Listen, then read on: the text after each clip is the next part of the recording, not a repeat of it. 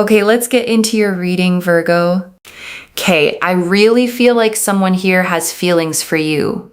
They feel very connected to you, but they are not being super forward, okay? So the moon here is about hiding, like sort of this hiding energy, not necessarily expressing this, like really just suppressing, okay? Not expressing, but suppressing, keeping it to themselves. There's a sort of hiding energy coming through with the moon, but the moon also does show emotion, right? It's ruled by Pisces and it's ruled by Neptune, which is a very spiritual planet. And I want to hold that one thing in the title up front, okay? Because you're going to find out by the end of this reading exactly what it is that made this person love you twice as much. And it isn't your looks, and it isn't anything you did to impress them. It's something much simpler and much bigger than that. And I'll let the cards build all the way up to it. So listen, if you're here, I feel like this reading found you for a reason. You are here for a reason. This is meant for you. If you're seeing this, it's 100% meant for you. Let me just tell you this, okay? Do not skip this. I am telling you, such a powerful energy here. This person feels so connected to you. Boom. You cannot make this up, okay? And the moon card shows a path running between two towers, okay? A dog and a wolf howling up at it, a crayfish crawling out of the water, and everything lit in that half light where nothing shows its full shape. And it's the perfect card to open this because it's the card of things kept hidden, of feelings under the surface, of an emotion that's real, but not yet brought into the light. And I want you to understand what that means about this person from the very start, okay? The silence you've been experiencing from them is not empty. It's full. It's full of something they're holding under the surface, suppressing, keeping to themselves.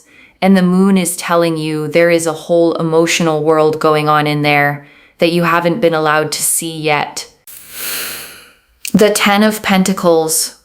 The Ten of Pentacles shows that this person feels so connected to you, so drawn to you.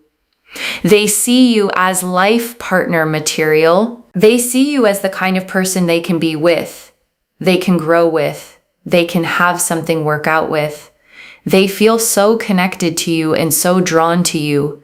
They literally appreciate you so much, and they literally see that you can be their life partner. And I want to be clear about how significant this specific card is here, okay? Because the Ten of Pentacles is not a crush card. It's not a butterflies card. It shows an old man with his dogs, a couple, a child, 3 generations standing together under an archway with the family crest carved into the stone. It is the card of legacy, of building something that lasts generations. So when this is the card for how they see you, okay, they are not thinking about a fling. They're thinking about a life, the whole architecture of a future, a home, a family, growing old. That's the scale of what they see when they look at you. And that scale is part of why they've gone so quiet, because it's a lot to feel and not know what to do with. And I want to name something specific about being seen this way, okay? Because it cuts both directions. Being seen as life partner material is the most flattering thing in this reading. And it's also the reason for the paralysis, because you don't get nervous about someone you see as temporary. You get careful, painfully careful, about the person you've decided you want for life. So the very weight that's freezing them, okay, is the proof of how seriously they're taking you. A casual feeling moves fast because it has nothing to lose. A life partner feeling moves slow because it feels like it has everything to lose, and this person is moving slow for the biggest possible reason. Now, with the Five of Swords, I'm going to check this out, because why did the Five of Swords come out with the Ten of Pentacles? Okay, the Five of Swords. This person loves you a lot. They care so much about you, okay? They feel like you are so, so special. Your person here feels that you are so, so special. You are so kind. You're literally life partner material. The reason why we have this Five of Swords is because they have been so traumatized and hurt in their past, okay? So romantically, they've been so hurt and so frustrated regarding their past. They literally think to themselves, oh my God, I've been through so much in the past. I've gone through so much pain and heartbreak and sadness and frustration and pain and trauma. I've been through so much. And they get scared. They get overwhelmed. They don't know how to cope with it, right? And the Five of Swords shows a figure gathering up swords, okay? A slight smirk, two other figures walking away in the background, heads down, defeated. And it's the card of the hollow victory, of conflict that leaves everyone worse off, of battles that cost more than they gave. And when it shows up around someone's past, it means they walked away from love carrying losses, carrying the memory of fights that scarred them. And I want to be gentle and honest about what that does to a person, okay? Because it explains everything that comes after. When love has hurt someone badly enough, their nervous system stops telling the difference between the person who hurt them and the next person who could. A new love, even a safe one, even the right one, sets off the same alarms as the old danger. So when this person hesitates around you, okay, some of what they're feeling isn't even about you at all. It's an old alarm going off. A body remembering pain and bracing before the mind can catch up and say, no, this one is different. This one is safe. And learning to tell those two apart, okay? The old alarm and the real present is exactly the work they have to do before they can come forward. It's not small work and it's not fast. But the Page of Swords and the Hanged Man both say they're genuinely doing it. And so because they've been through so much like pain and trauma in the past love-wise, they get very scared coming forward, but they know that you are the one. Okay, they know that you are the one. They just have to get through that trauma and that pain that they've been through. It's not that they are still hung up on their past situations or connections. It's more so the fact that they've been through so much in the past that obviously they just get really overwhelmed, like doing it again. And I want to sit with that distinction, okay, because it's genuinely important and easy to get wrong. They are not hung up on an ex. This is not someone pining for someone else. The thing holding them back is not another person. It's the memory of pain. And those are completely different blocks. It's a bit like, right? If you've been rejected for a job 20 times, going to that 21st job interview can feel quite overwhelming. Even if you feel like, okay, that's definitely going to be the one, you can still have reservations and doubt. It's very normal, right? So that's what I see here, is that they literally believe that you are the one for them. They feel like you are so connected to them. They feel like you are their person, okay? And I want to draw out one more layer of that job interview picture, okay? Because it explains the exact flavor of their hesitation. The person who's been turned down 20 times doesn't just fear the 21st no. They fear their own hope. They've learned that hoping is what makes the rejection hurt. So they protect themselves by refusing to fully hope at all. And that's the quiet battle inside this person, okay? A huge part of them is certain you're the one. And another part is terrified to let itself believe that fully. Because believing it is what would make losing it unbearable. So they hold the certainty and the fear at the very same time. And that is an exhausting way to carry a feeling this big. And I want to expand that job interview idea a little, okay?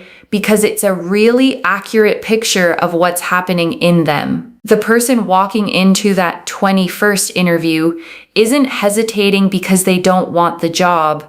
They're hesitating because wanting it so much is exactly what makes it terrifying. The more it matters, the more there is to lose. And the more the old rejections start whispering, and that's this person with you, okay? It's not that you matter too little to act on. It's that you matter so much that acting on it feels enormous, and their scars start speaking up the moment they get close to something real. We got quite a few cards here. 1 second. But they get overwhelmed. They get scared. The Page of Swords. We've got the Page of Swords. They feel like you are their person. They want to have this transformation. They don't want to be stuck, in their ways. And what I mean by that really is that they don't want to be stuck in a cycle, in a situation where the past just affects them. Again, not the past person or anything. It's the past, like trauma and the heartbreak and the sadness and, the overwhelming emotions of what they had to deal with when something didn't work out in the past.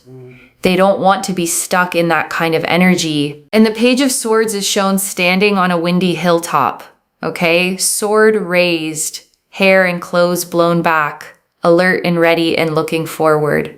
It's the card of new mental energy, of someone deciding to face something with clear eyes, of the first move toward a breakthrough. So this card is genuinely hopeful, okay? Because it means they don't want to stay stuck. They're not resigned to their fear. There's a part of them actively wanting to break the cycle, to be different this time, to not let the past run the future. So they know that you're the one. The Hierophant here shows family energy, okay? This is Taurus energy. You've got double Taurus energy here.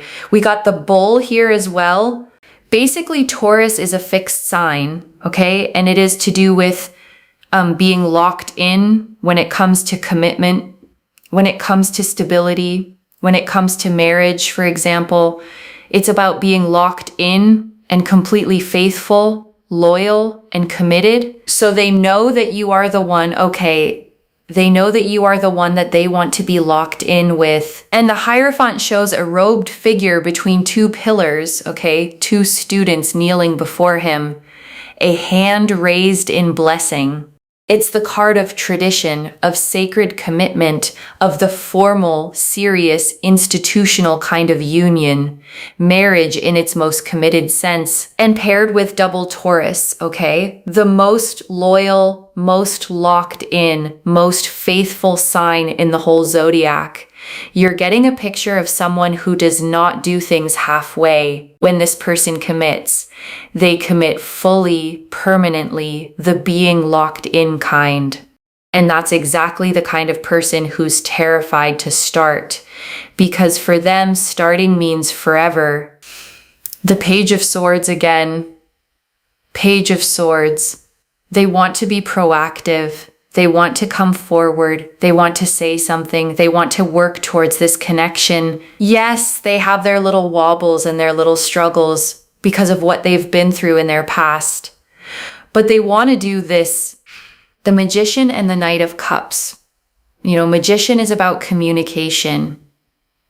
And we've also got here as well the Knight of Cups. They're going to come forward romantically and express themselves to you and progress things along with you and move things in that direction. And the Magician stands at his table with all four suits before him, okay?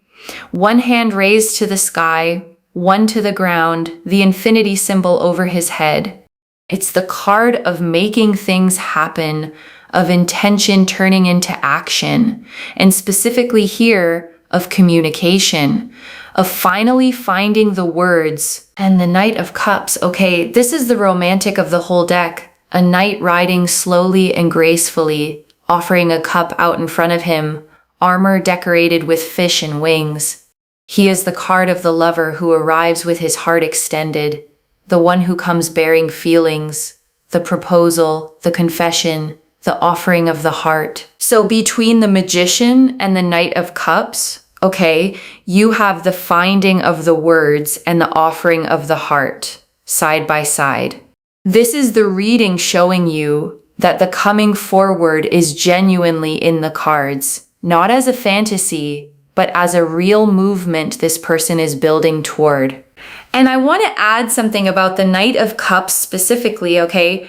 Because it says something about how they'll come. This knight doesn't charge like the others. He moves slowly, deliberately, his horse walking, not galloping. And that tells you the approach when it comes won't be reckless or impulsive. It'll be considered gentle, offered with care, which fits everything else we've seen, okay? Because a person carrying this much fear isn't going to burst through the door. They're going to approach the way this knight does, one careful step at a time, heart held out in front of them, hoping it's safe to offer it. The Hanged Man, and then we also have the Hanged Man, which is them awakening and kind of realizing things and becoming a lot more on the same page and progressing things along with you. And the Hanged Man hangs upside down from a tree by 1 foot, okay? Calm-faced. A halo of light around his head. And here it's a beautiful card to see because it's the card of the shift in perspective. The moment someone finally sees a situation from a completely new angle and something clicks into place. So this is them coming to a realization, okay, a genuine internal awakening where they stop seeing you through the lens of their old fear and start seeing you clearly as the person worth getting over the fear for. Now, if this resonates with you, please like this reading, comment down below, and make sure you subscribe, okay? This person just wants you to know that they love you. They feel connected to you. They feel drawn to you, but they just need a little bit of time to get over their fears, okay? Over their fears. And I want to say something honest about that little bit of time, okay?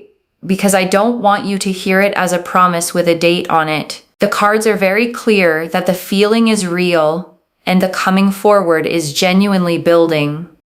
But someone healing from real trauma moves on their own clock, not yours. And part of protecting yourself here is holding both things at once. The love is real, and you cannot put your own life on pause waiting for their timeline to finish.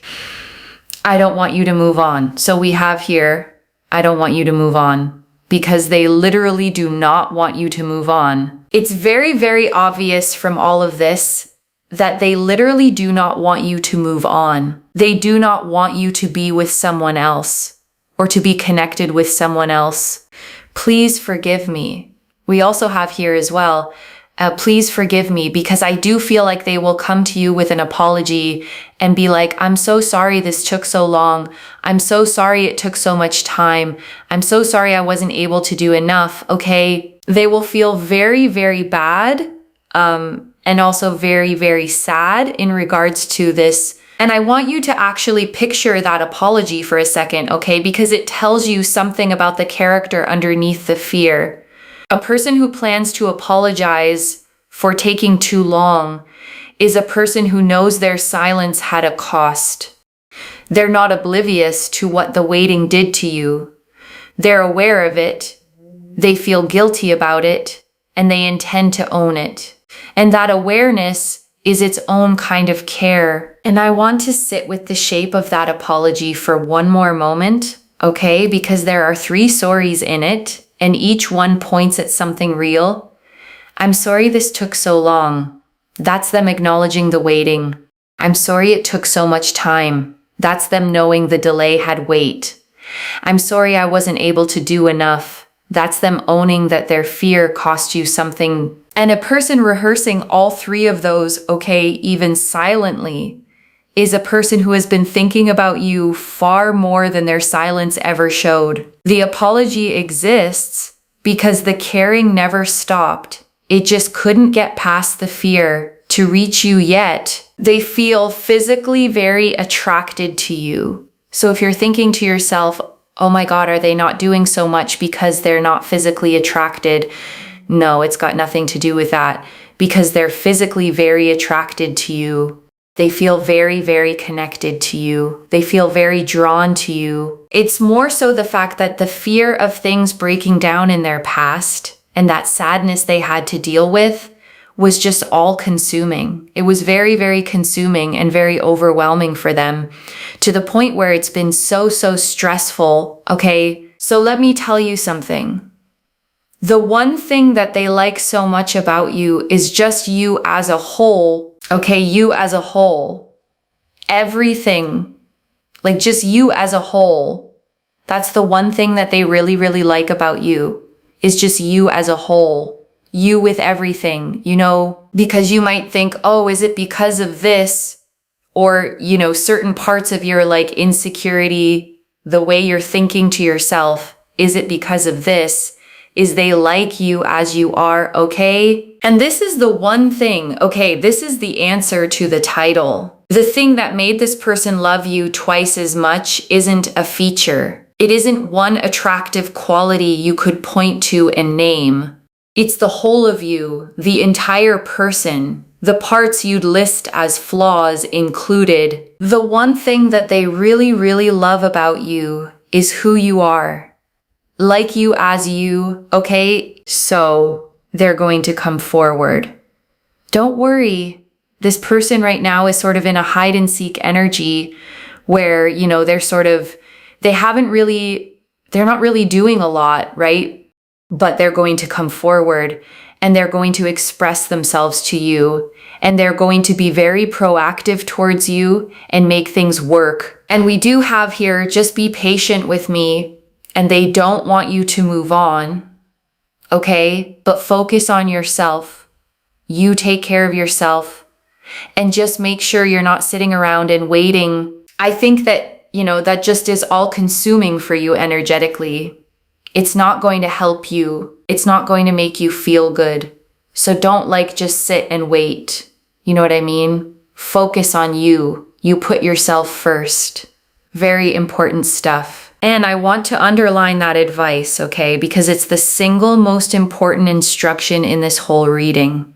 And it's easy to skate past in all the romance. Be patient with them if you choose to, but patient is not the same as waiting. Patience is living your full life while leaving the door open. Waiting is putting your life on hold with your eyes fixed on a door that opens on someone else's schedule. And the second one hollows you out, okay? It drains you. It makes you smaller. And ironically, it makes you less like the whole vibrant, complete person they fell for in the first place. So focusing on yourself isn't giving up on them. It's staying the exact person they don't want to lose. The Tower.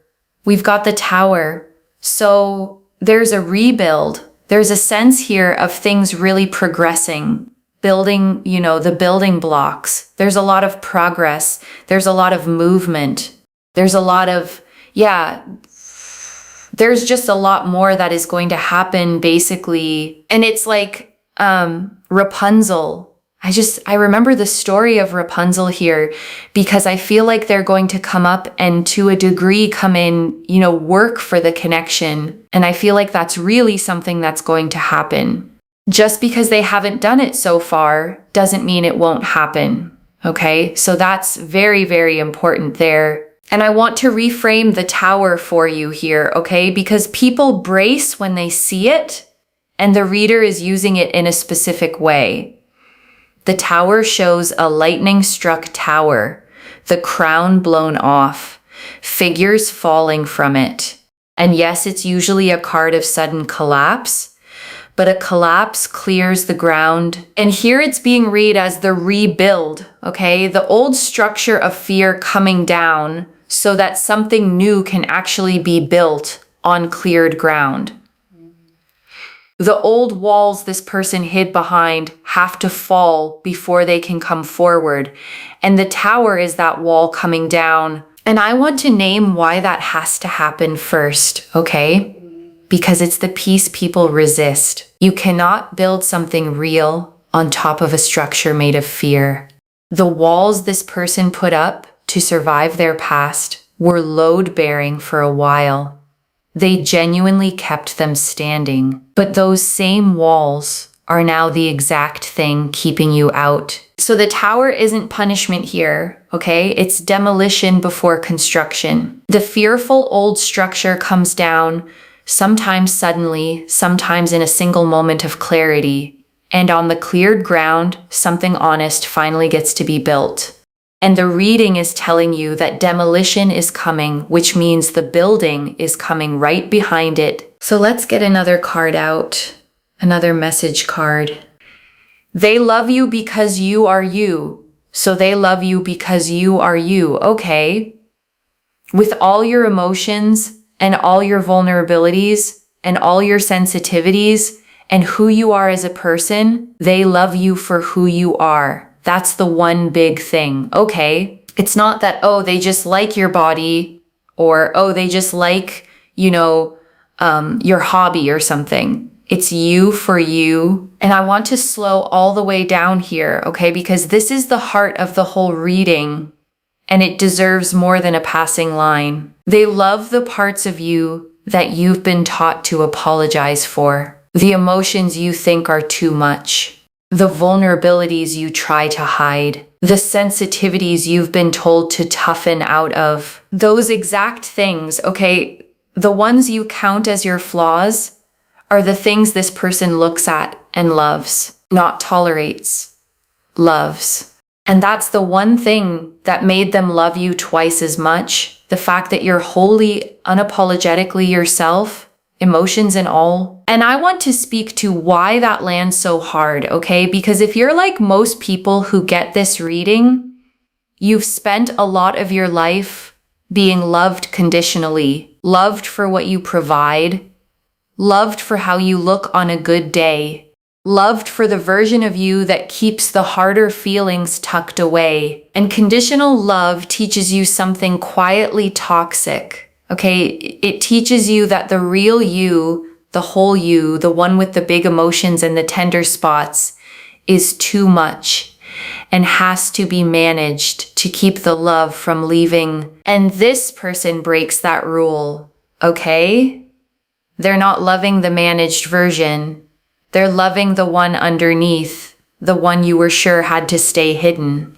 And being loved like that, wholly, without having to perform, is a completely different experience than anything conditional love ever gave you. And so the birds here show they want to fly and soar and conquer and progress things with you. They want to move through the world with you. They want to move through and do a lot more with you. And the number 7 really sticks out here because this 7 of Cups shows they like you for all the things that you do, or the things that you don't do, or the things that you appreciate, or the things you don't appreciate. They like you for you, and that's the most powerful, most important thing that I can tell you in this reading at this time. And the 7 of Cups shows 7 cups floating in the clouds, okay? Each holding something different, a face, a jewel, a wreath, a dragon, a glowing figure. And usually it's a card of too many options, a fantasy and choice. But here it's being read as all the different facets of you, all the many cups that make up a whole person. And this person doesn't want just one of them. They want the whole set, every cup, the full, complicated, complete you. And before the final message, I want to leave a few things to actually hold on to. Okay, the first, the block is fear, not doubt about you, loves. Every card said the feeling is enormous. The 10 of Pentacles, the Hierophant, the double Taurus, life partner, locked in, forever energy. What's holding them back is the 5 of Swords, old trauma, not any hesitation about whether you're worth it. They've already decided you're the one. The second, the one thing they love is the whole of you, not your looks, not one quality, the entire person, emotions and vulnerabilities and sensitivities included. And I want you to actually take that in, because you've probably spent years thinking those were the parts to hide. They're the parts that made someone love you twice as much. The third, focus on yourself and mean it. Patient is not the same as waiting.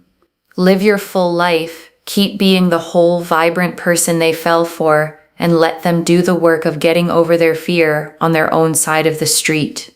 You don't heal it for them by shrinking your life down to a waiting room. And I want to answer one more thing. Okay, why this reached you now with this much specific detail?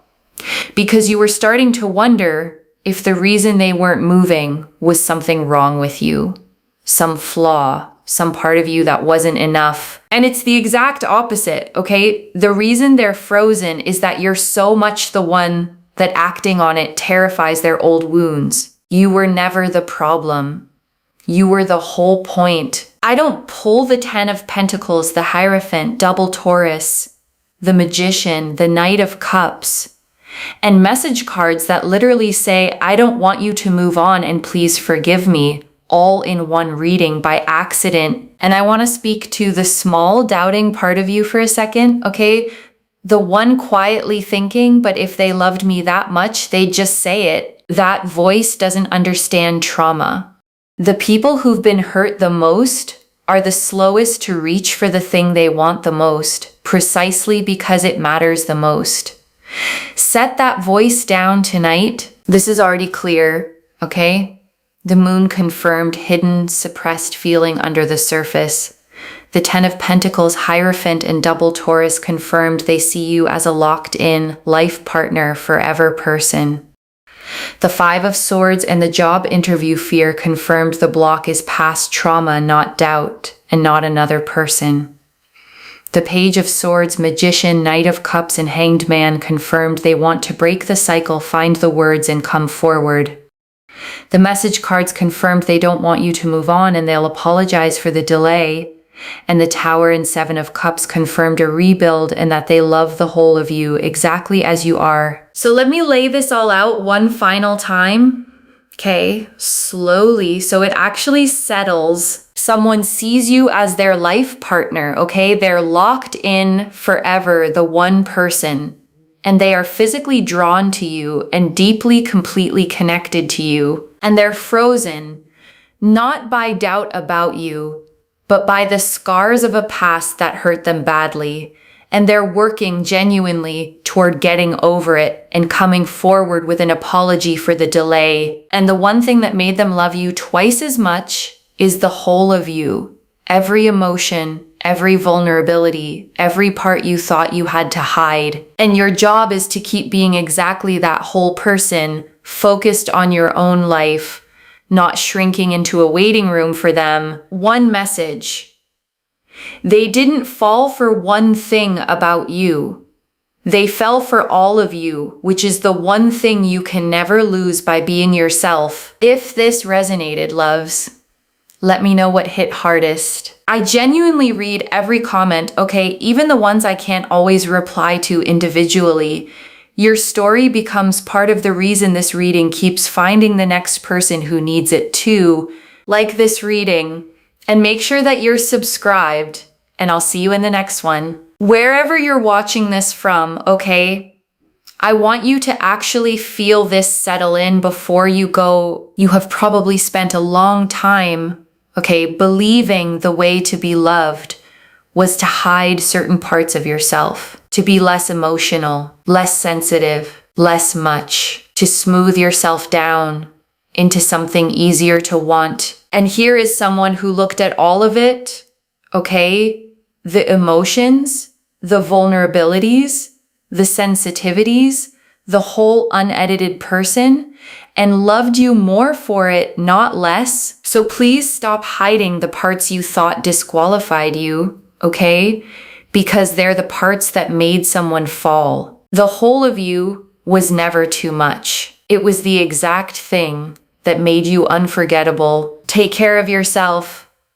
Bye, loves.